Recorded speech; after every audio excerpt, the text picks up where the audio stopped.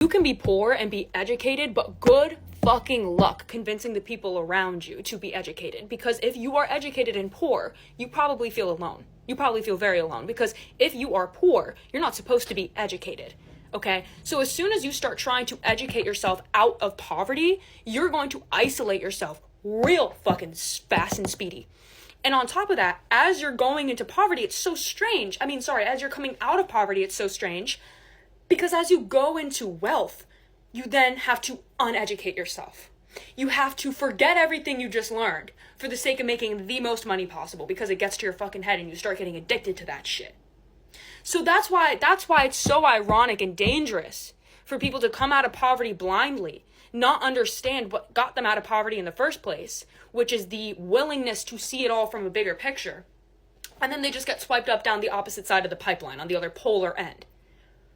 Like, you see what I mean? Like, when you're poor and uneducated, you're comfortable and you're safe. You're poor as you're meant to be. When you're poor and you're educated, they will ostracize you. They will make you feel bad for being smart. And by they, I'm talking about the poor people around you. Crabs in a bucket mentality. When you're surrounding yourself with rich people, it's, oh no, that's too deep. That's too much. Let's not talk about the real factual, historical stuff. The educated stuff.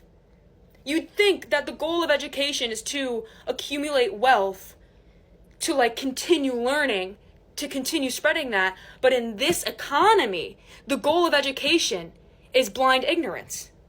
That's from what I can tell. Now, please correct me if you feel otherwise or if you feel differently.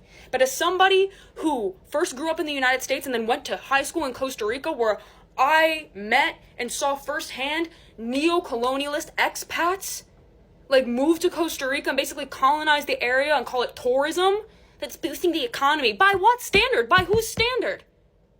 Like, we're not questioning these things. We're just like egoically, blindly going into a foreign country, not realizing we're doing, oh my God. Anyways.